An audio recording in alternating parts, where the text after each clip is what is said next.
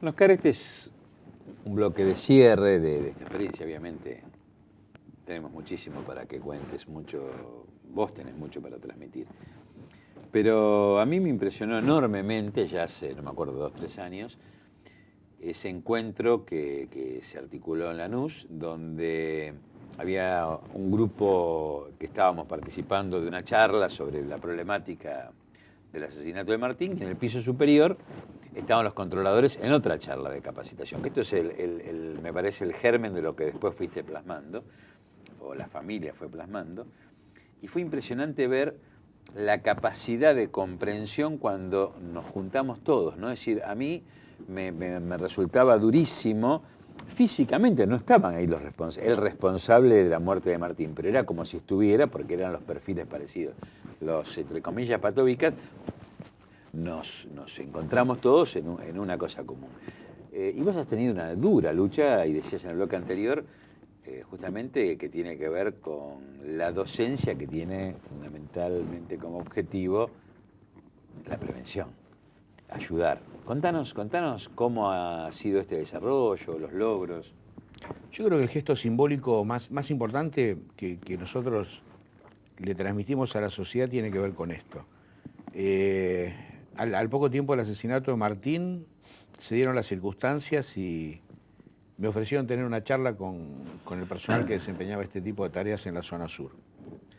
Y paralelamente yo había ido conociendo a Leandro Nazarre, que es el secretario general de Sulcapra, que es el gremio que se había creado en ese momento y que los nuclea.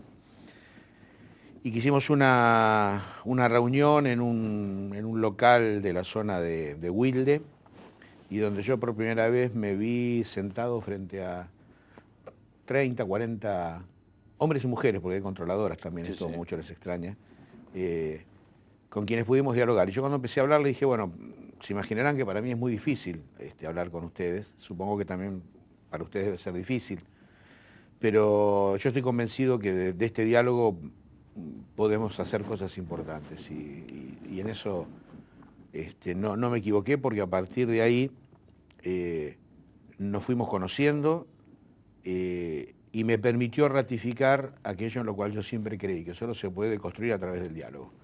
Y uno en general dialoga con quien piensa diferente. Digo, ese es el diálogo más enriquecedor, y ese es el símbolo más claro de la construcción que nosotros pudimos hacer, porque encontramos que teníamos puntos en común, lo que se suponía que debíamos ser enemigos. Me permitió también, a veces uno tiene principios que cuando los lleva a la realidad se le hace un poco duro de llevarlos, ¿no? Este sentido que yo siempre dije, que uno nunca puede descalificar un segmento total de la sociedad de manera global, porque me parece que esa es es decir, cuando uno dice que un determinado son todos iguales, yo creo que es una posición muy reaccionaria, porque en realidad impide descubrir lo bueno y lo malo. Por lo tanto, si son todos iguales no hay posibilidad de cambio. Y si no hay posibilidad de cambio, la lucha no tiene sentido. Y también es una discriminación pensar que todos son así, ¿no? Y yo creo que la vida sin lucha no tiene sentido. Y a partir de eso dijimos, bueno, porque en alguna cabeza podría haber funcionado, bueno, yo quiero que desaparezcan los patóbicas del mundo. Primero, que es imposible que suceda, lo cual sería una frustración. Y segundo, no es bueno que así sea, y descubrimos que teníamos puntos en común, que era gente que trabajaba en condiciones laborales muy precarias, que trabajan en negro, que cobraban poco, que carecían de formación. Me permitió visualizar que ellos también eran víctimas de alguna manera.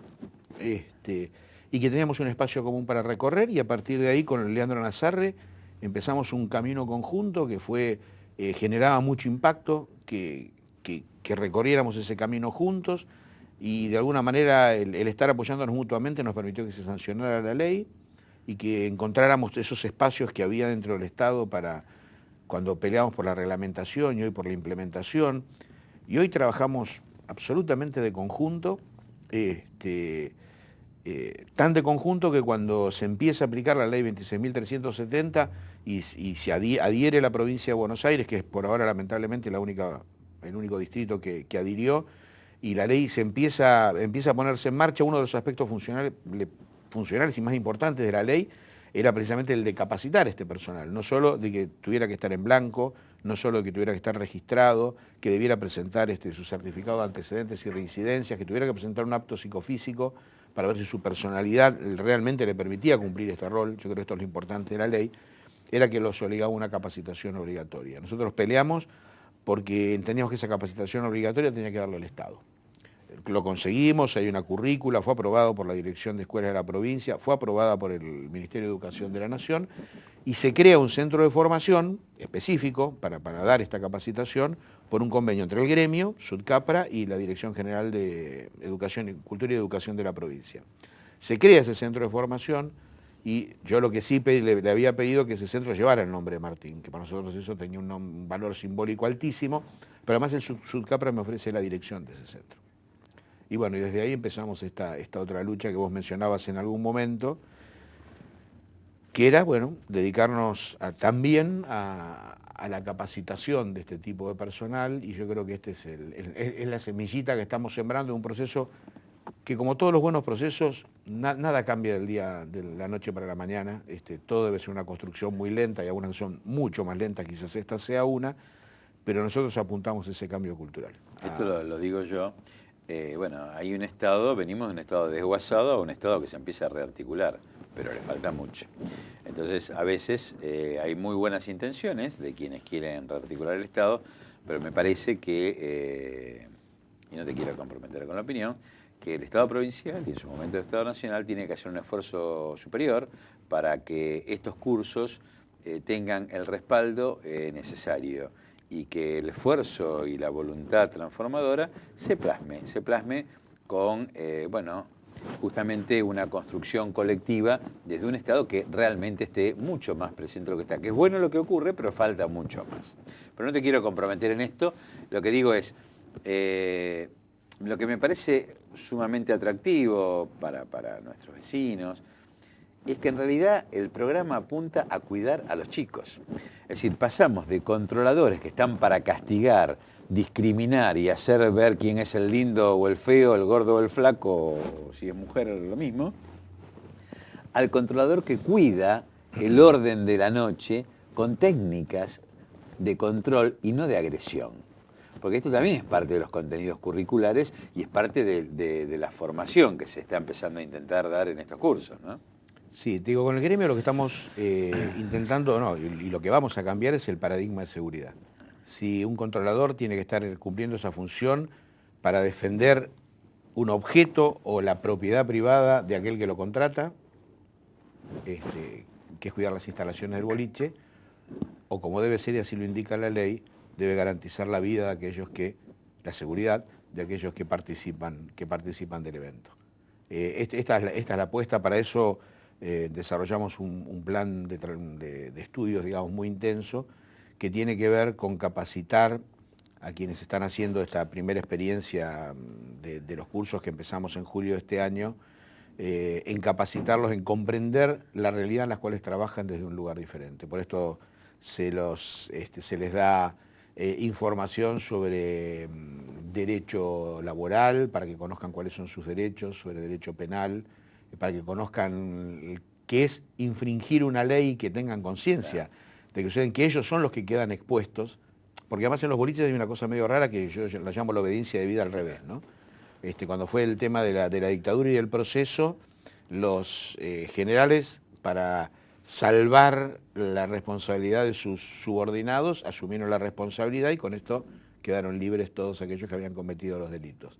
En el caso de los boliches es la obediencia debida al revés. El dueño manda hacer lo que hacen, porque los que golpean no se exceden, hacen lo que los mandan a hacer, porque si uno quisiera a alguien que supiera hablar y dialogar, mandaría un relacionista público y no un boxeador o un karateca. Y al cumplir esa función ellos están cometiendo un delito, pero siempre queda eximido aquel que manda a cometer el delito y aquel que lo ejecuta es el que es condenado. Digo, ellos tienen que percibir esto, para esto hay que darles capacitación, que conozcan que hay una ley antidiscriminatoria, que reciban formación en derechos humanos para que comprendan que el otro es alguien que tiene derechos. Y después de comprender esa circunstancia diferente, tenés que dotarlo de herramientas para que él pueda actuar distinto frente a esa realidad. Por eso se lo capacita específicamente en temas de mediación, donde los conflictos se deben resolver a través del diálogo y no de la violencia. como sabemos que a veces hay hechos violentos que son, que suceden más allá de esta voluntad, se los capacita, muchos ven esto críticamente, pero nosotros los capacitamos en lo que se llama técnicas de neutralización de agresiones físicas por modos no violentos, que hay modo de hacerlo, para darle una capacitación también diferente en esto para que él pueda defenderse. Y los capacitamos en poder resolver una emergencia primaria en primeros auxilios y se los capacita también para responder frente a situaciones de emergencia o de incendios o de catástrofes, que si esto hubiese sucedido en Cromañón, quizás no hubiese habido 194 muertos como hubo. Digo, esta es la apuesta que estamos haciendo. A mí me parece que, bueno, todo este aporte de hoy, Oscar, y bueno, desde ya creo que es una ejemplaridad para la demanda ciudadana respecto de la seguridad amplia, seguridad en general, y a mí me aparece contracaras, comprendiendo a aquellos que creen que la sanción, la más grave sanción repara todo, aunque sabemos que no es así. Bueno, esto es una contracara.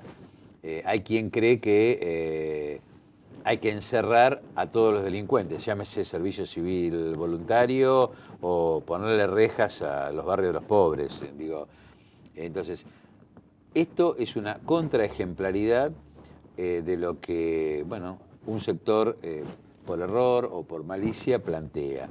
Y creo que nos da pie para que en futuros enfoques y análisis y programas, bueno, hablemos desde esta práctica que tiene que ver con defender el derecho a divertirse de nuestros hijos con seguridad, que también hablemos de la seguridad de la comunidad, que tiene otros puntos de vista y no las simplificaciones a que nos tienen acostumbrados. Te pido que una brevísima reflexión de cierre sobre este tema.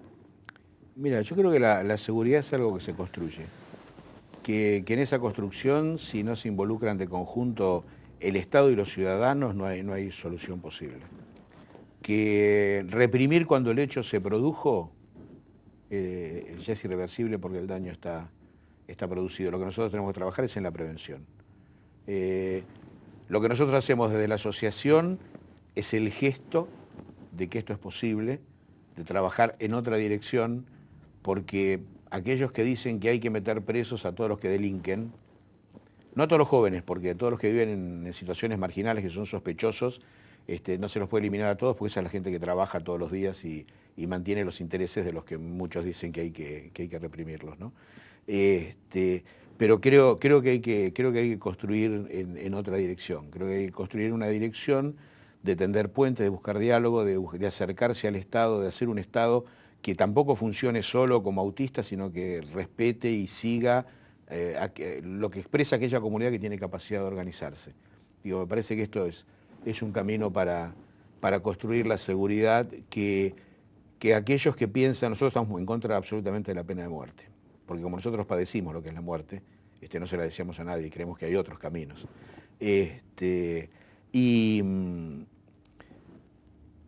Y que para solucionar los problemas hay que involucrarse, meter presa a la gente. A mí me preocupa mucho cuando dicen que hay que bajar la edad de imputabilidad y que hay que meter a la gente presa. Cuando nadie se preocupa, ¿qué pasa con la gente que está presa? Que sabemos lamentablemente que tenemos un sistema penitenciario que te hace salir a la gente a la calle, cumplida una parte de su condena, en peores condiciones que cuando entró, con lo cual multiplicás el riesgo de la inseguridad. Entonces, cuando se abordan las cosas parcialmente, me parece, parcialmente por parte de los sectores sociales y parcialmente en cuanto a las posibilidades de abordaje que tiene un problema, creo que estamos cerrando el camino. Creo que hay que construir de otra manera y nosotros lo que tratamos de hacer es consecuente con este modo de pensar. Bueno, para nuestros televidentes, para nuestros vecinos, bueno, la consigna de la Asociación Martín Castellucci es no mires para otro lado. Y bueno, la aspiración es que en este caso puntual de Martín Castellucci, la ejemplaridad de su caso se pueda universalizar para el bien de toda la comunidad.